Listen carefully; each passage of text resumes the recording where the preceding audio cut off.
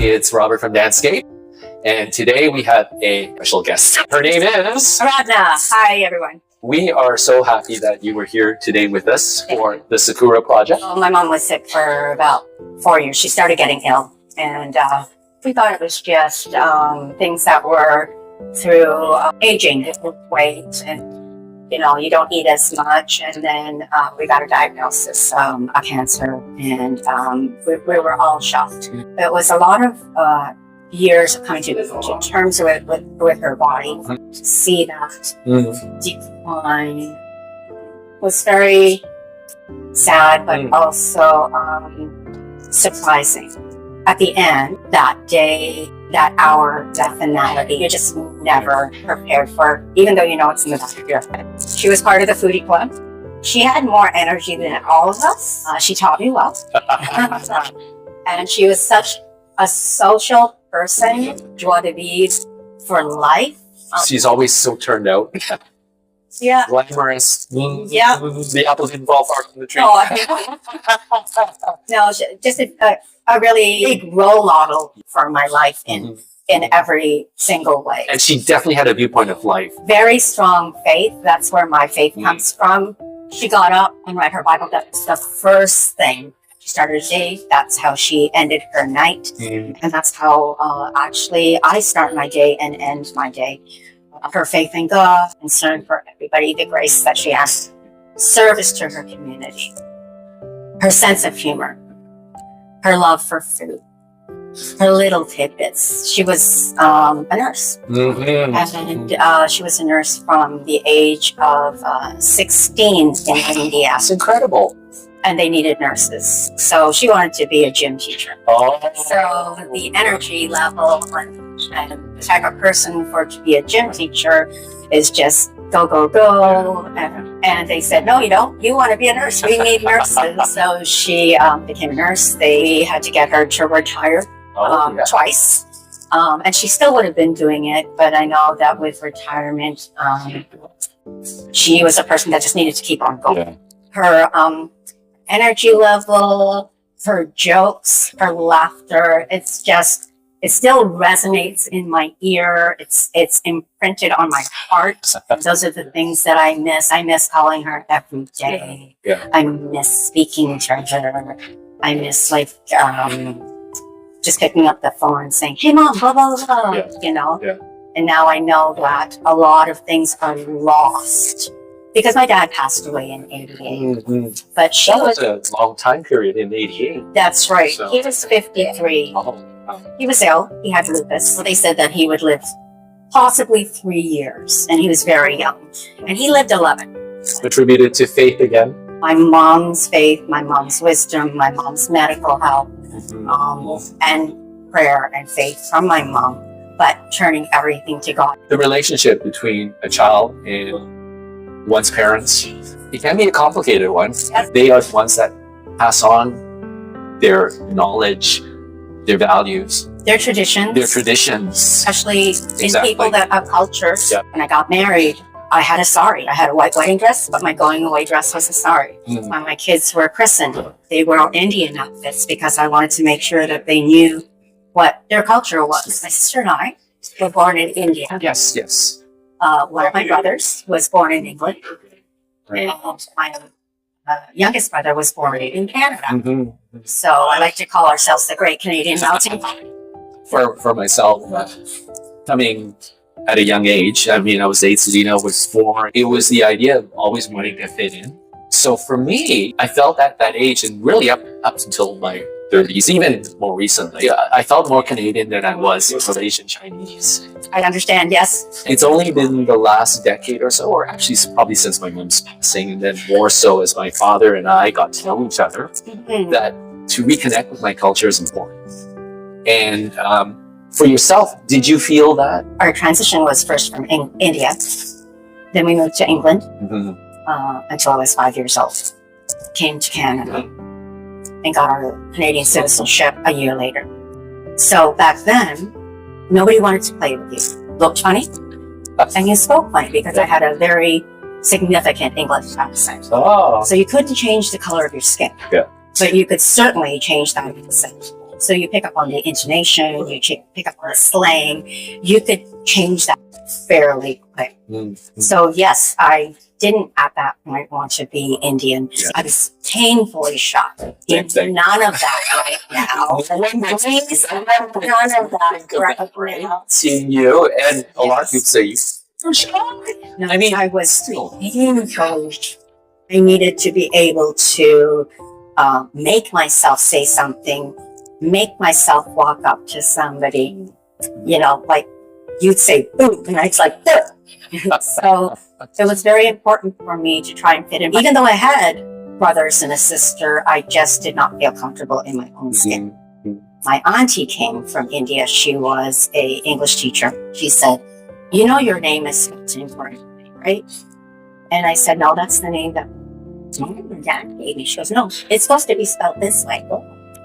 And so I thought, I don't know why I listened to her, because that was the name that my mom. Yeah. People always say, can you shorten your name? Do you have a nickname? Do you have another name that you go by? And I started realizing when my dad passed away, this is the name he gave me. This is the name that he chose for me after my divorce. I took on my last name, which is Massey, as my middle name, so that I would have a part of that always with me, because that was my dad's name.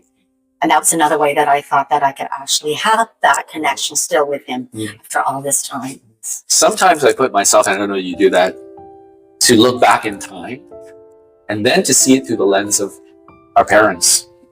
Yeah. Because when I think back, you know, Mom and Dad left Malaysia when they were maybe in their 30s, close to 40s, going to a different country to do that. Yeah. And then a different appreciation for what they have gone through. From a child's lens, it's all, oh yeah, I've heard that they sacrifice everything, blah, blah, blah, blah. And oh yeah, sometimes it's a guilt trip from our parents, right? But at this point, you realize, yes, it really was a shock to their system. Are you able to see through that lens, or have you seen through that lens? I have, because I thought of it selfishly as a child, 5 years old. Look at me. Like, I don't remember any of my time in England. I think I shut that out. And then I come here and look at me. I can't make friends. And when you think about it later, when you've matured and you're older, and you think, my mom came. She came from, my mom and dad came from India. And then they came to England. They got jobs there. And then they came to Canada. They got jobs here.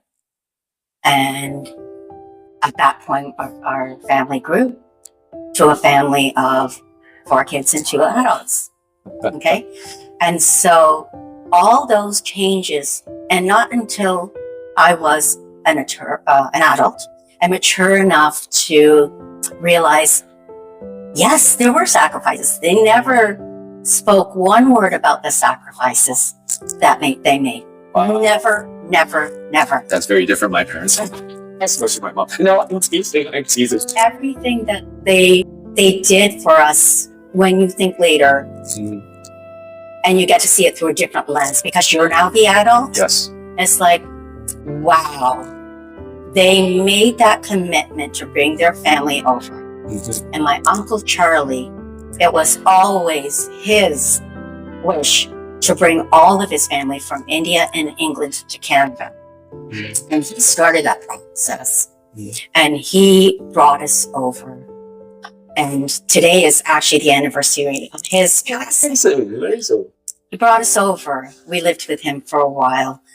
And then all the sacrifices for jobs, my mom's night shifts, and then being awake for when we came home, a hot lunch, hot tea, crawling into bed with her at 4:30, all 4 of us kids to watch The Young and the Restless with her. And she would get up and make dinner, feed us dinner, and then put us to bed and get back to an 11 p.m. nurse shift. And those sacrifices, while my father had an Indian restaurant on George Street in Toronto, and still maintained and brought us there on the weekends. So we were never alone with a babysitter, and we were always there, and it was a family business. Oh, you're inviting us over? We're not going without our kids. To have that was very, very important. I see the sacrifices. I see the sacrifices even more. That's not to say that we didn't have our issues and this, that, and the other. The devotion. Yes.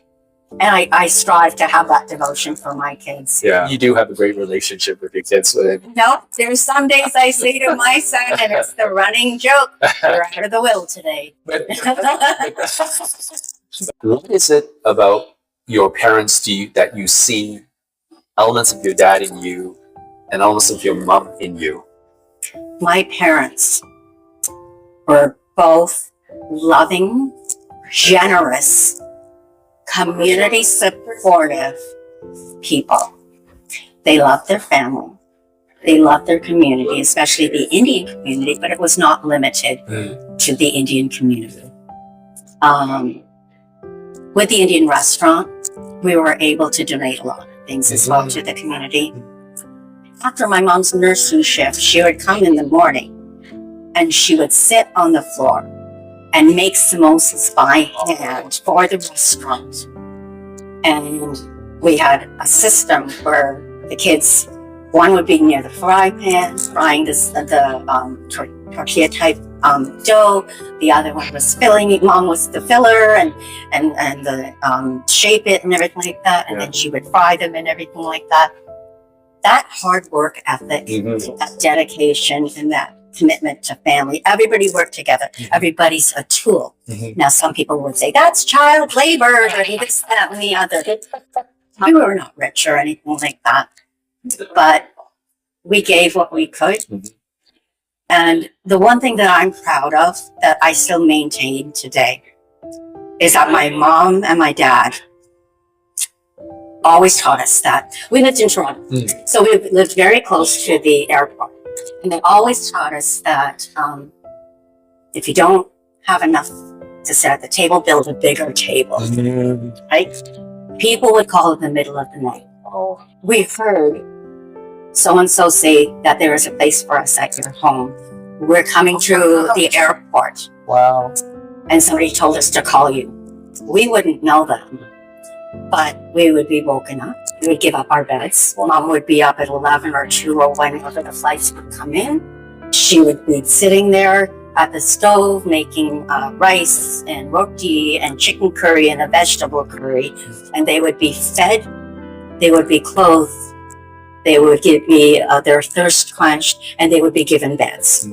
And we didn't complain because we thought that was part of what is this. This is your auntie. This is your uncle. This is your cousin. You know? And that was our life. And so I feel that has passed along to me and my family. But I also feel very strongly of instilling that into my kids, and I see it in my kids. So that is something I'm very, very proud of. When you were talking about the food, your mom making all the different foods and that, you brought back now my memory of my mom making foods and steamboat, typical Malaysian thing. Now we go a lot to Chinese restaurants. Because you miss that connection again. Sure. And that it brings back that memory. Yes. Which is a great memory. And I often think that this is the reason that when we share time with people over food, exactly. It's like home when we sat at the table and friends would come over, relatives would come over, and you would sit in the living room or you would sit at the kitchen table and you would share tea or beverages and stories and gossip and spilling the tea. I often think and cherish the fact that that's what our foodie club is. That's why we are so fanatic about it, because we in turn get to do that, Yeah. and that Yeah. encompassed us as a family. Right? Exactly. We are family. We go meet up at these different places, Yeah. and we share our lives together. Yes. We share a meal together.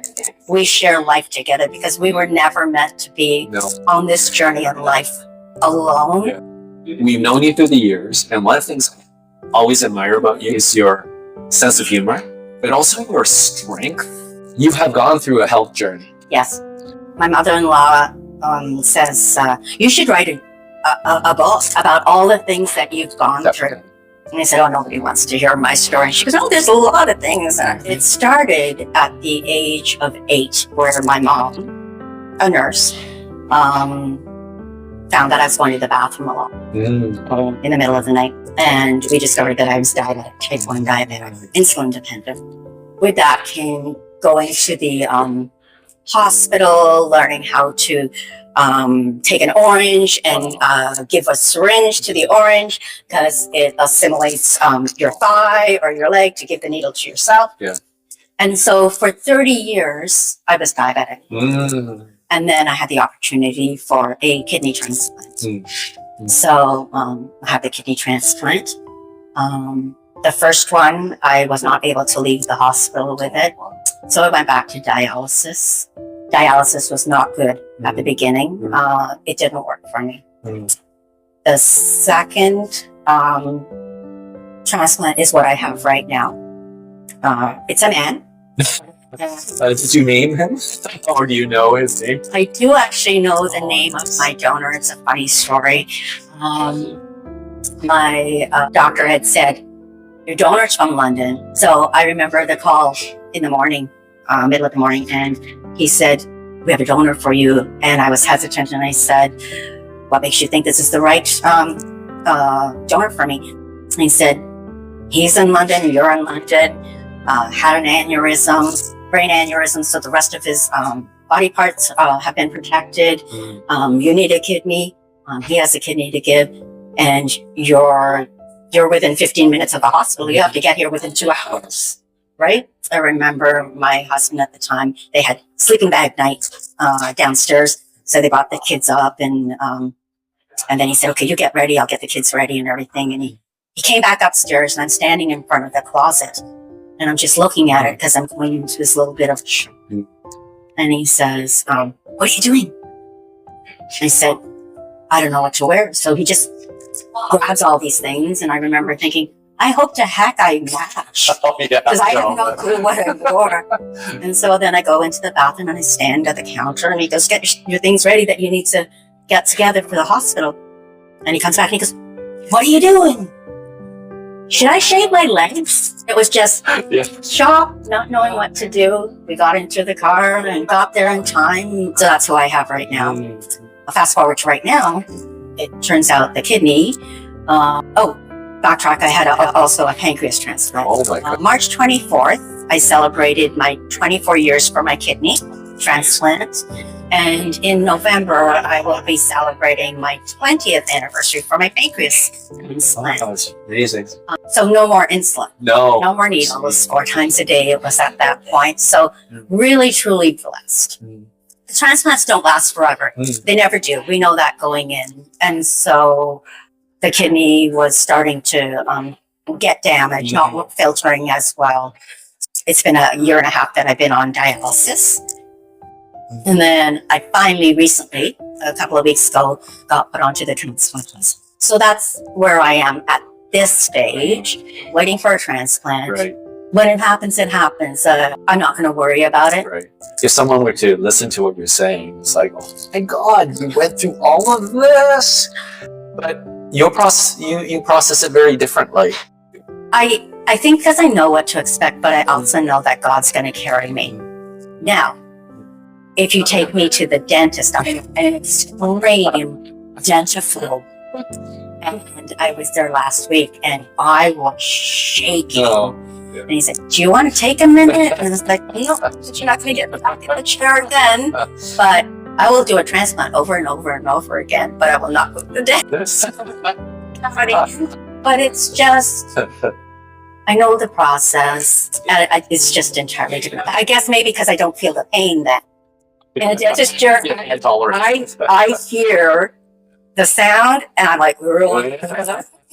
Do you speak to others who maybe have gone through similar issues as you? I do, because I used to give talks. Oh, you did? At the hospital in London on dialysis to new dialysis patients or people that were going to soon start dialysis, or talking about transplantation, to be an advocate for that, and organ donation and transplantation, because it wouldn't be here if I did not have any of those things. So I have a male kidney and I have a male pancreas. There are people that it's scary for me. You first hear the news, especially for the time, or even if others are hearing the first time. Yes. The range of emotions that one must have gone through or going through. Can you speak a little bit to that? Especially if someone's just discovered that, you know, what you have discovered multiple times. So the interesting thing is that when I had my pancreas transplant, I had to come to Toronto because we didn't have funding at that time for pancreas after kidney. So everybody had to come to Toronto, from Hamilton, Sault Ste. Marie, North Bay, London. I get there and we ended up having a young man that was my donor. Oh, wow. And I found it very difficult to handle because my son was turning 13. And you come to this realization that somebody has to pass away before you can get a donor. And so that is very, very hard when my donor was probably 4 years older than my son. Oh, yes. And I struggled with that. I felt guilty about it. They give you the opportunity to write an anonymous letter to your donor. I think that's a very cool program. Yeah. You're not allowed to mention any names. Right. Your name, where you live, how to contact you. And then they give it to the donor family. If the donor family wants to accept it. How can I accept this organ from a 17-year-old when my son is just celebrating his 13th? That blew my mind. That really blew my mind. And I struggled with it so much. I guess another way to think about it is the mom and or the child. It was done voluntarily, so it was. In a way, it is also their gift. It is. You can save up to 11 people with organ donation. That's the greatest gift. And he had signed his donor card. Right. He expressed his wishes to his parents. And more recently, you shared more news, great news. The day before Good Friday, which was a Thursday, which was Great Thursday, as I call it. I actually got accepted to be on the transplant list for a new kidney, which is very exciting. It could be a while, or it could be 5 minutes from now. And the odd thing is, I have to be able to get home in 2 hours. That's the time limit. Oh, is that right? That's a short. You have to be there. So if I find that I'm 3 hours away, because I still have to live my life. Yes. Then it would be my responsibility to arrange for a helicopter at my expense. Kidding, I didn't realize that. Yeah. Or I can turn it down. Oh, I see. But if it comes to the chance that purchase the helicopter ride and get to London, I'm going to do that. I hear you. Exactly. There's a lot of pressure. There's a lot of pressure of, do you be around people that are ill? Keep myself safe, keep myself healthy, with exercise, food, and just safe, but not live in a bubble like the boy in the bubble and say, no, I'm not going to go there. You can't control the things around you, but you can control how you face things and how you deal with things, how you move forward. And I still have to move forward with life I still want to move forward a little life. Yeah. So, you know, Yeah. I enjoy time with my family, my friends, and life, and just being here. And I feel that God has a plan for me, and He's just going to direct everything. When the time is right, one day I'm going to wake up and it's go time. It's go time. So It feels as if you've, whether by life experience or just your own personality, you have a tremendous amount of wisdom. oh, I don't know. Tremendous amount of humor. And I kind of get this too, because we share banters, Yes. as well as a viewpoint of life. Mhm. Is humor something that lifts you, or is it something that's part of you, or have you ever stepped out to say, you know, is there so much pain that this is a process that been able to accept, but through my humor, release those fears? If I'm being honest, I don't know that there's fear involved. There's a little bit of, you know, cautiousness. Perfect. There's a little bit of fear, but I don't let that rule me. Okay, I can't, because I really feel that God has something planned for me. Okay, and I feel that if He's brought me this far with this big volume of a story, right? If He's brought me this far, I remember telling my first transplant. The doctors, 5 doctors walked in and said, "We've looked at your numbers. We're not sure if you're going to get off the operating table." And, you know, my kids were young. They were 3 and 5. Yeah. I didn't even look at my husband. I didn't even bat an eye, and I said, God didn't bring me this far to have me die on the operating table. Like it just, no, literally, it just came out of my mouth. And I fully believed it. And so that was the Holy Spirit just guiding me, saying, no, that's it. And here I am today to be able to testify to that. Yeah. And He says, we just have to tell you that. And I said, that's it, right? Yeah. I didn't even look at my husband to say, No. we got kids, baby, blah, blah, blah, right? It was just full faith. So it's just really important that whatever faith or wisdom I got from my parents, I got from family, I got from friends, I got from doctors. But you know, when I pray, I pay for guidance, and I get that guidance. I am really blessed to be able to be in tune to hear that guidance. So again, none of it's me. It's so. Well, as you're speaking, your energetic level. When I speak about God, I mean, that's the strength. That's it. That you- it. So, That's why I think take it through when you. you say fear. Yeah. It's not. No. No, clearly I for think you, it's- there's about this much, Yeah. because I mean we have to be realistic, Yeah. and I'm a very realistic person. Okay, we have to be realistic. You know, this is going to be my last transplant, the doctor said. Okay, there's no options after this. Okay, so you got to be realistic about that. Yeah. Okay, Yeah. but you also got to be realistic that again, He's not going to leave me at this stage of the game. I mean, you brought me this, Exactly. so I don't feel there's room for faith. Mhm. When you choose fear, you choose uncertainty. I refuse to feel uncertainty. So I want to just enjoy the life that I have right now. I don't do a lot of stuff. I'm a pretty big nerd. Okay. I don't disagree with you. I like adventure. Yeah. But I'm not an adventurer, traveler outside and go do this. My reach is like here and here, but my people are within my reach, and that's satisfactory for me and makes me happy. One of the things you do on your Facebook page is 360 days of gratitude. What started that?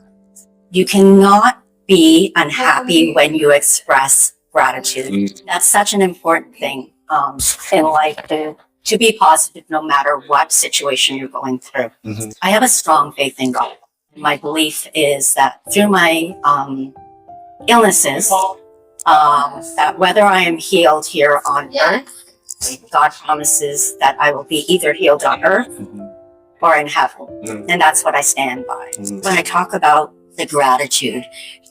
There's always something to be grateful for. You can always see gratitude in anything, even if a situation is dire. It's gray today and it's raining today. However, we had an opportunity to have such a wonderful event with the Sakura Project. Thank you. And it didn't rain. No. And many people came out to enjoy what we were trying, you were trying to accomplish. Positively, Yes, but they felt that gratitude and pleasure and a chance to express themselves. So what that it's raining. It didn't rain on us. No, we had that chance. Exactly. I didn't get that job. Yes. But there's something better that's going to be planned for me.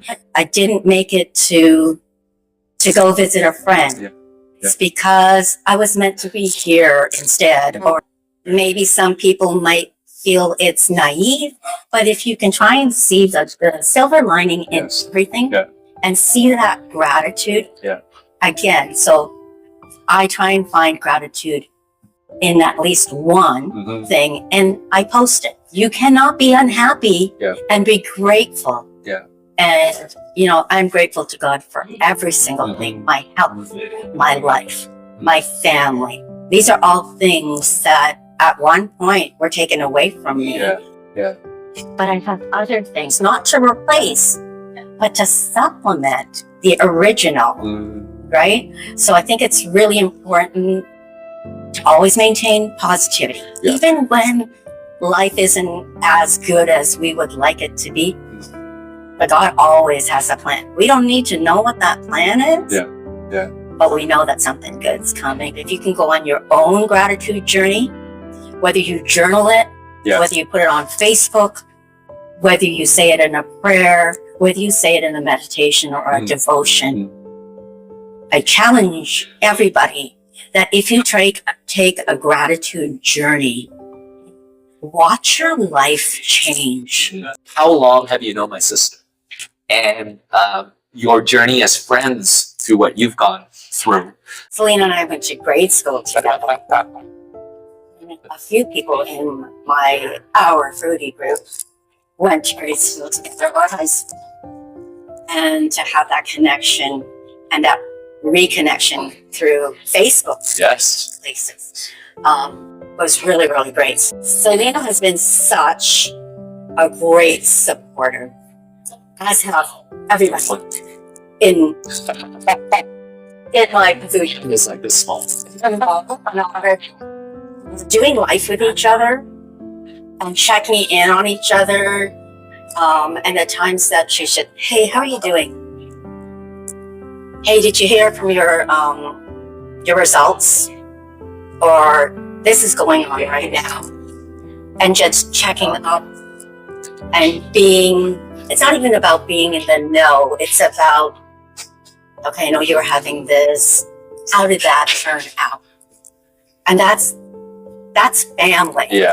That's not even friends. That's family. And I can say... And advocating for each other, too. Absolutely. Absolutely. She helped me so much. She helped me understand. In fact, I asked her a question on the way up when we were walking up about some of the charting and things like that.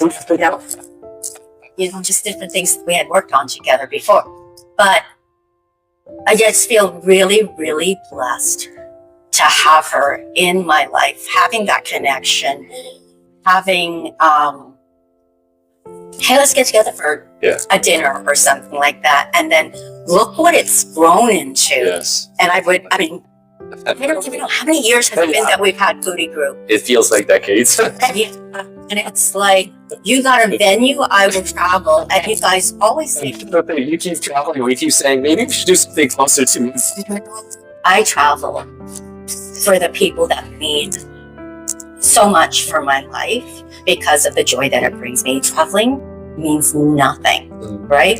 It's that enjoyment that I get being with everybody, sharing, communicating. You know, again, we were never meant to make this journey alone. So God sends us people to be with, and I think that's so important. And that's what Selena is.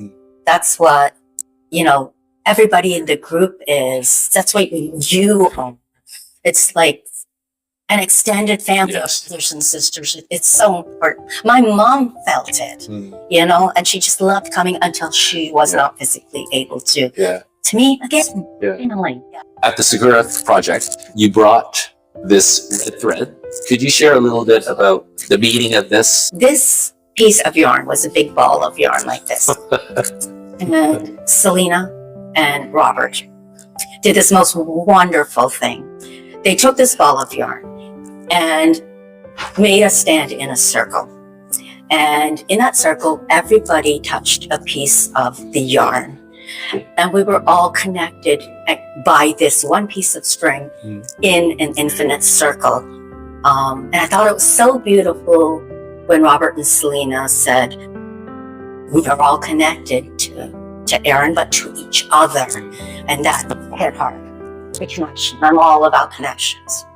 So after this celebration of life for Aaron Tang, I asked, can I take this ball of thread?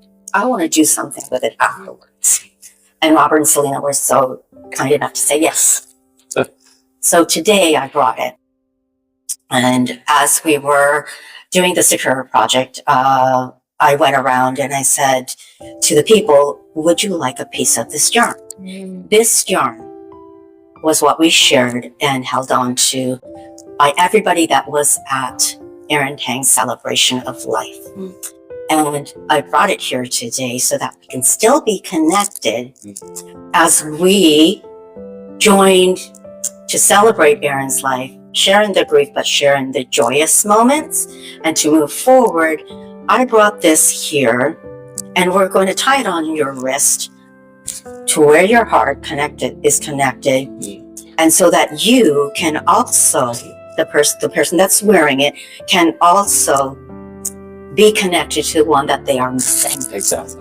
We are giving Aaron's connection and the connection of the celebration of life to this celebration of life of anybody who is grieving today from the past, presently, or in the future to come of somebody that they miss or love.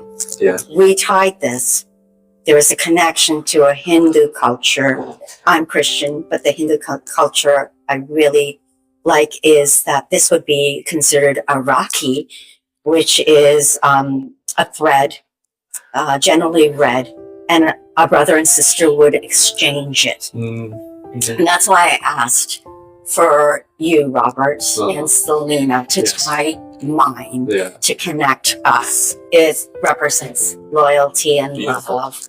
And I just thought, you know, sharing cultures and communities is another part of life. I was so happy she did this because even though in my mind I said I need to do this because my dad was going through long-term care, and then one of the goals that we tried to set was when you got better that we're gonna go down the water pushing his wheelchair and through the sakura trees. But I didn't want today really to be about just him and us.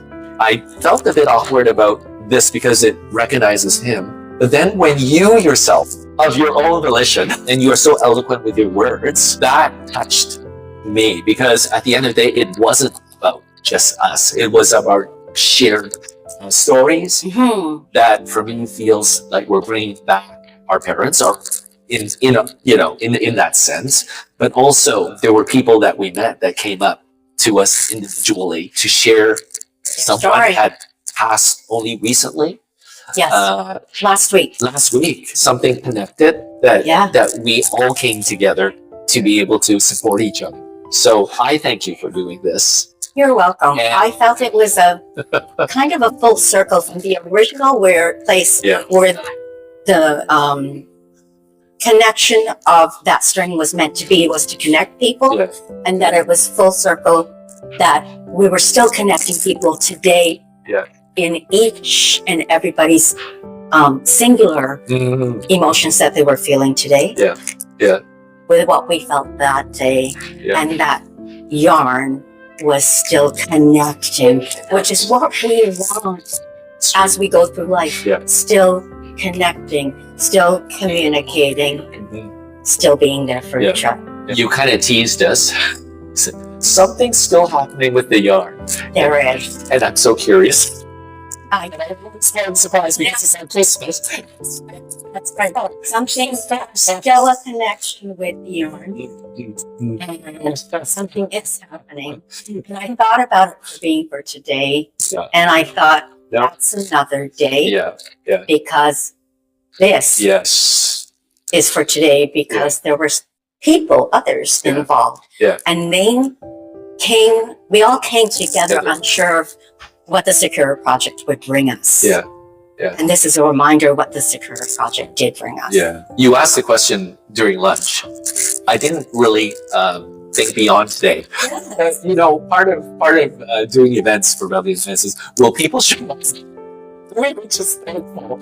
Yeah. And there were enough people to show up to support this. And you put an open-ended question that I will be processing, and maybe it's something that we might think about exploring. Yeah. But don't discount it. Right. Because Yeah. you will not feel the ripples of today Yeah. Yeah. until the next few weeks. Mm. And people will come to you. They will approach you. Mm. And they're going to say, you don't know what that day meant to me. That's You will not feel the ripples until later. No. Right? Honestly, today was beautiful. Oh. And it's what so many people didn't realize that they needed, or maybe some people did Yeah. realize. Yeah. And that's the important thing, isn't it? Yeah. A bit of an irony for me, because the Sakura Project follows the Japanese philosophy of mono no aware, which is really to celebrate transient and passing moments and things. Mm. And because we've grown up and my father was a photographer, we're constantly wanting to capture those moments forever.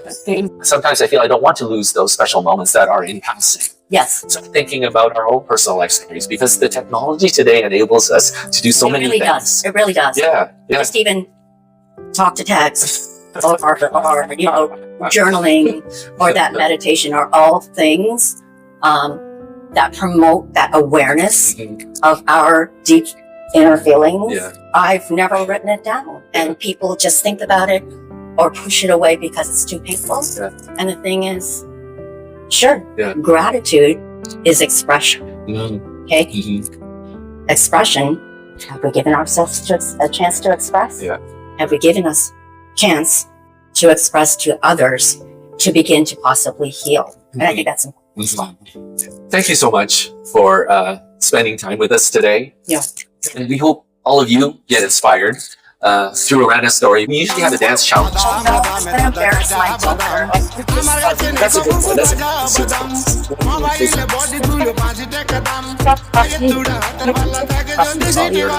But I will tell you something. Yes. Connections, search them out, seek them out, keep it alive. Thank you, my sister, from another mother or father. Oh, that was